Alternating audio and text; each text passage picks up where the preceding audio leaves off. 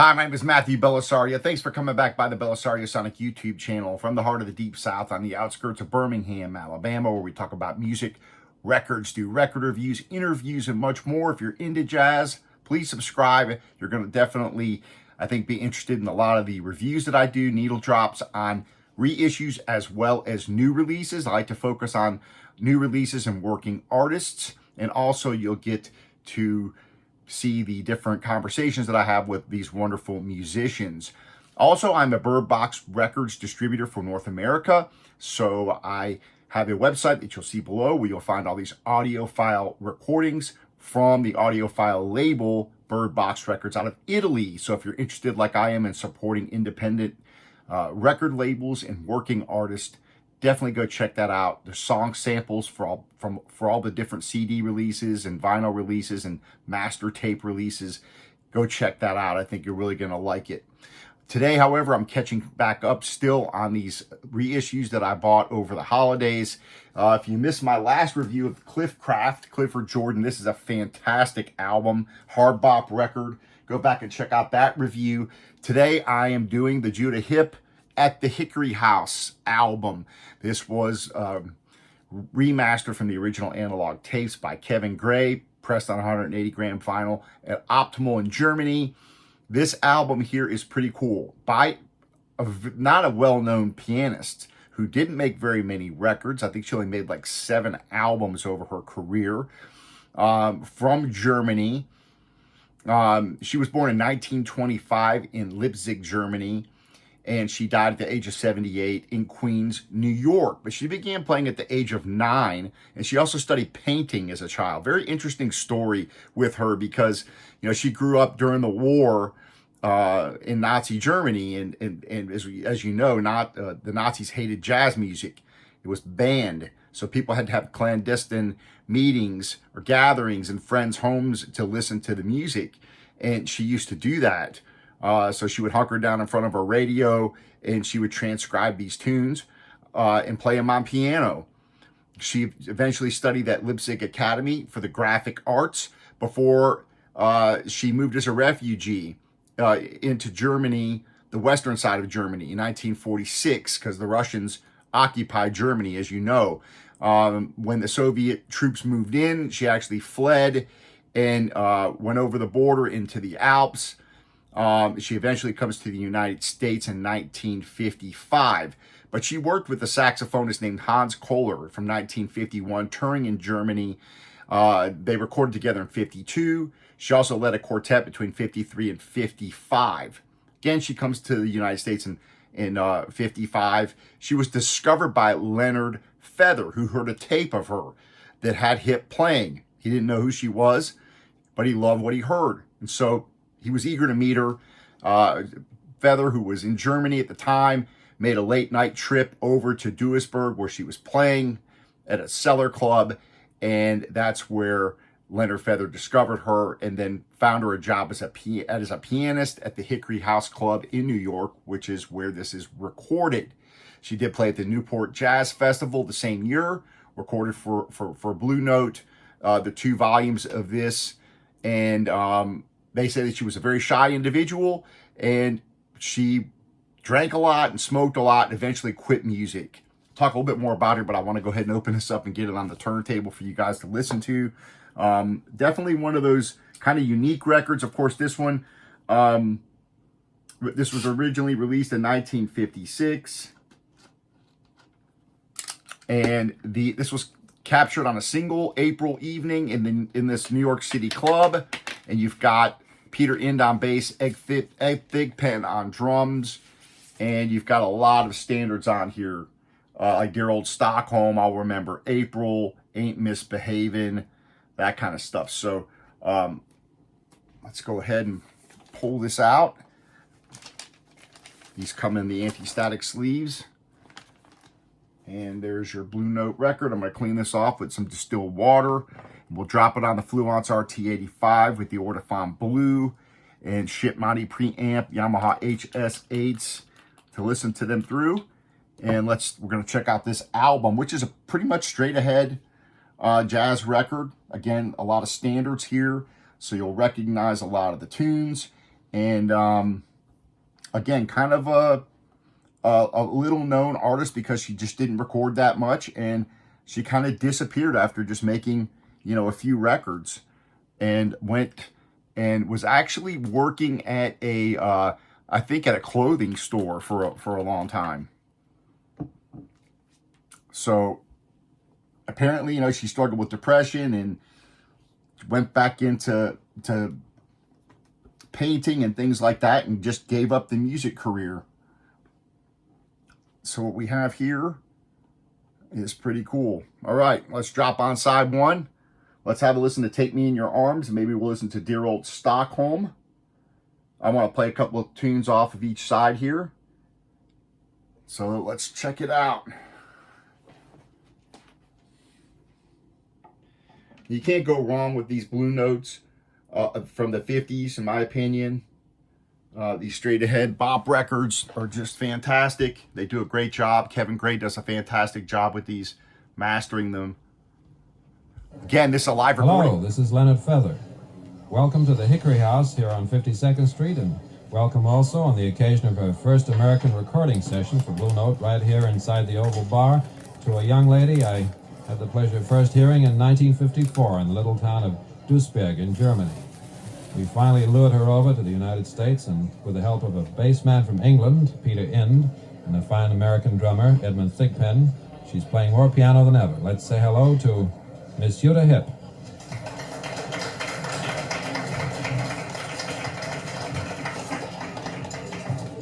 Thank you very much, Leonard. The name of the first tune is Liebe war es nie. That means in English it was never love, or the Americans say it much nicer, they say take me in your arms.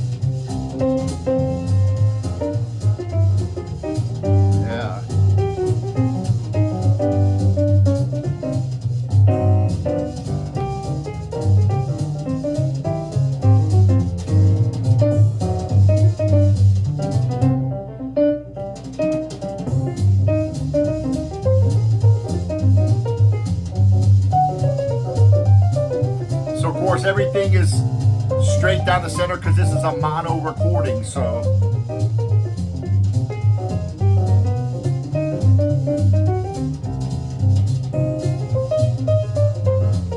great playing on here though. Really cool album.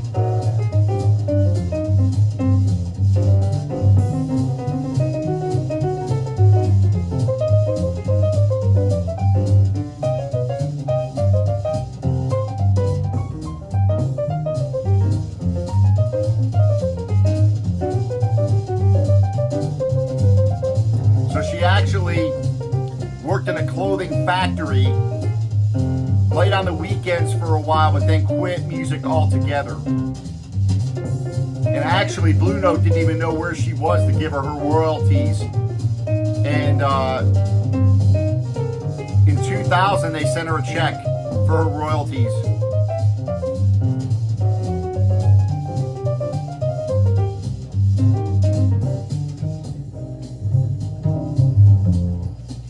So pretty decent, you know, recording for a live recording back then. Again, you're talking 1956.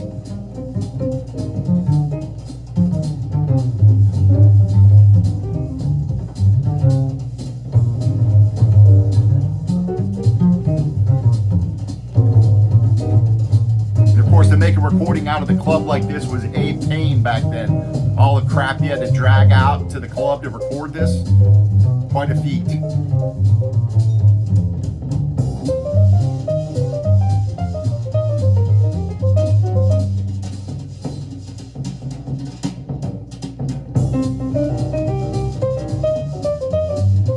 It has kind of a bright, airy sound to it. You hear the room noise a little bit, clinking of glasses, things like that, but it kind of gives it a charm, you know.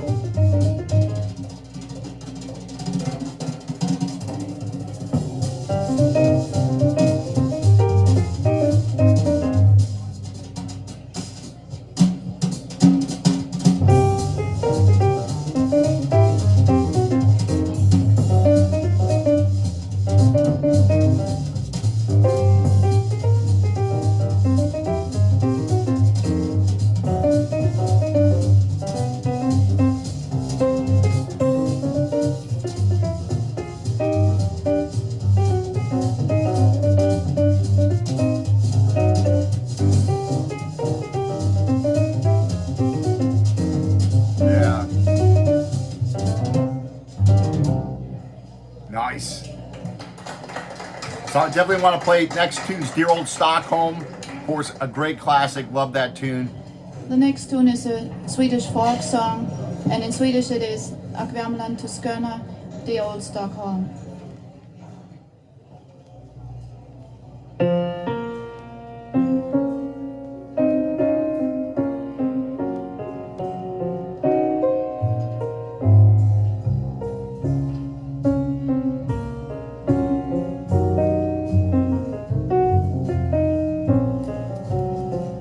It's a pretty cool version of it.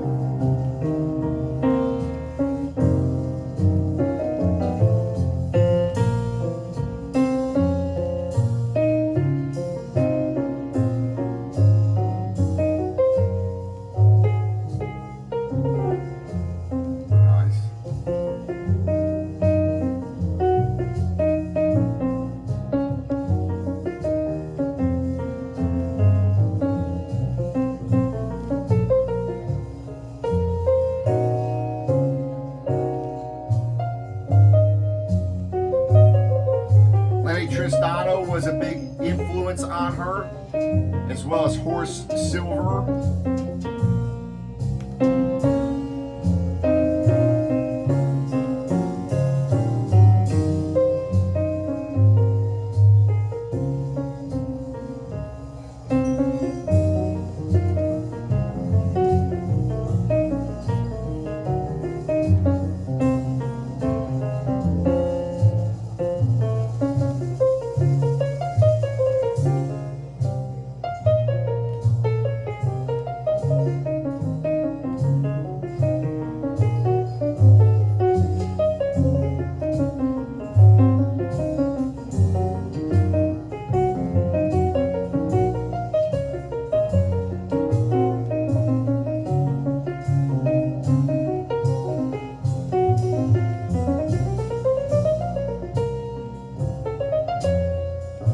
Of course, this is different than the classic Miles Davis version, which he really, you know, gave this song legs by his version, but this is more of the traditional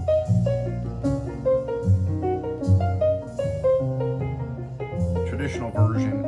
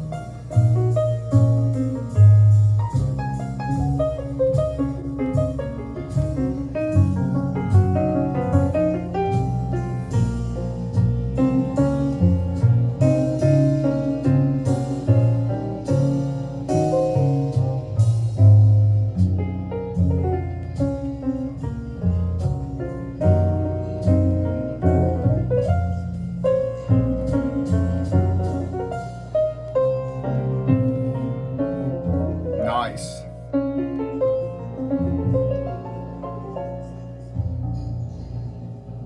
Cool. So nice sounding mono recording live. Again, don't expect to to be like a modern recording, live recording, but it sounds very good for what it is.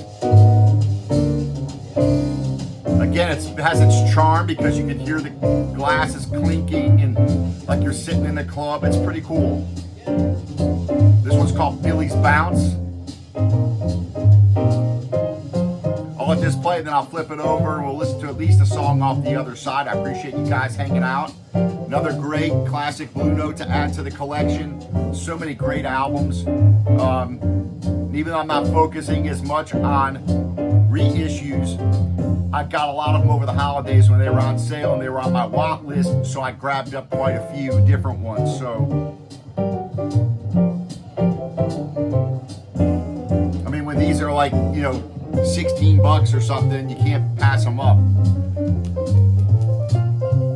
A little bit of noise on this one here.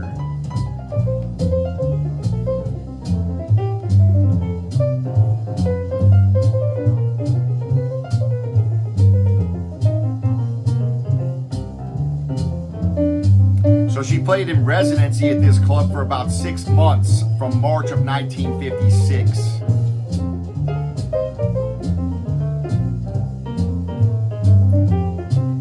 There are 2 LPs, Volume 1, Volume 2, this being Volume 1.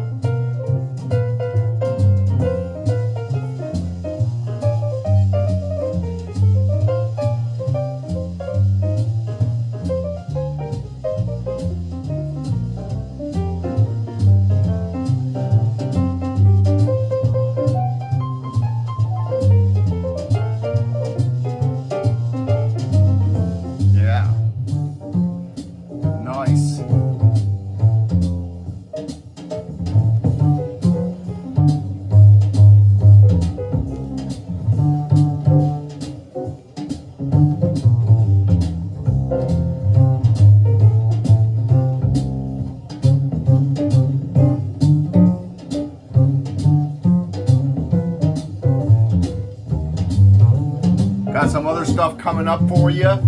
New stuff that'll be coming in, some new releases. But I do have this Live at Nick's, Chet Baker, I'm going to be playing for you guys. I'm excited about this one.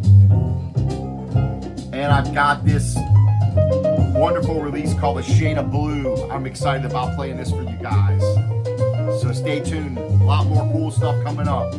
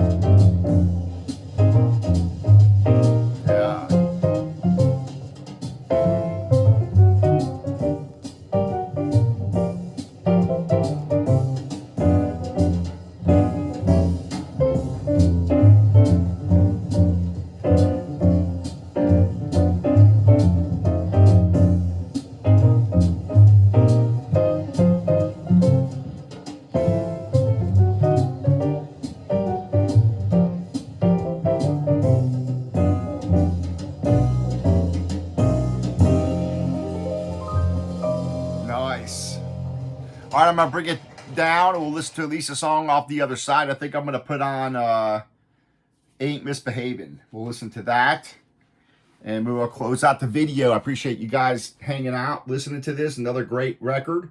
I like to review these for you guys as well.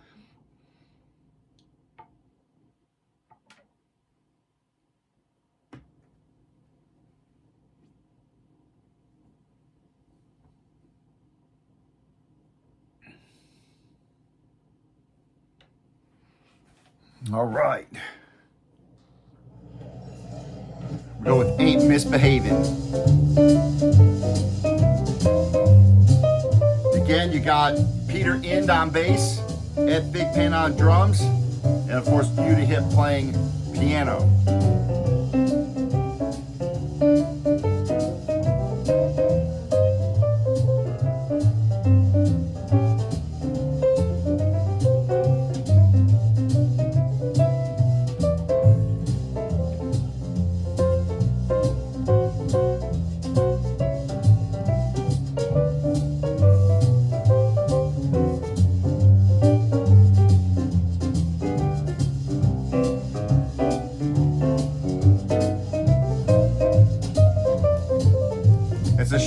only did 7 records, and they were all recorded between 52 and 56. That was it. She began working at that clothing company in 1960, and she worked there for 35 years.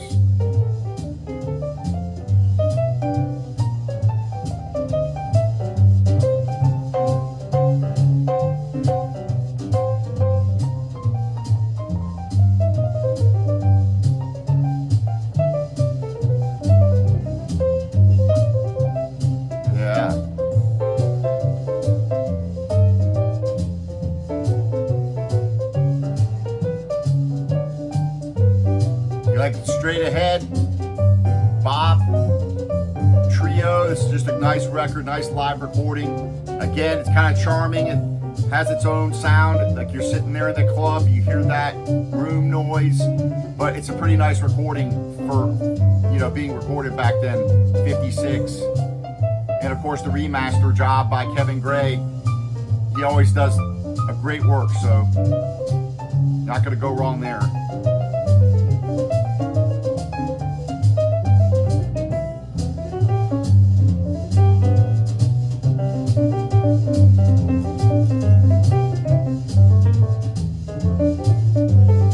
So she did these in 56, Volume 1, Volume 2. Then apparently she did one more record with Zoot Sims in 1956, and that was it.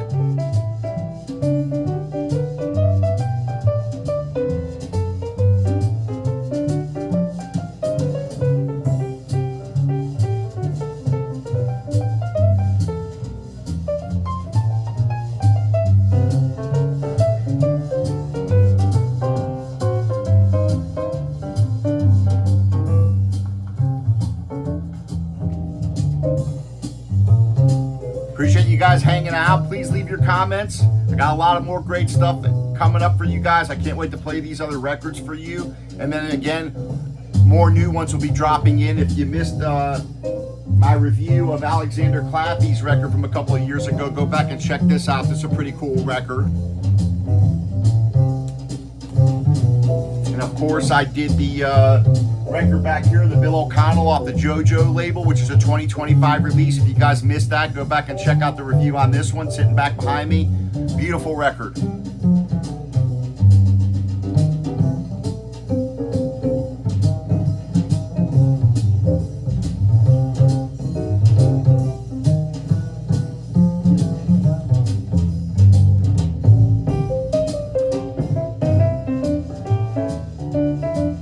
All right, folks, happy listening to all y'all out there.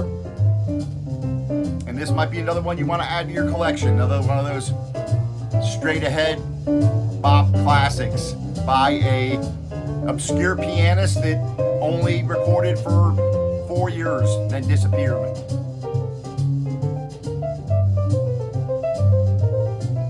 All right, we'll see you next time.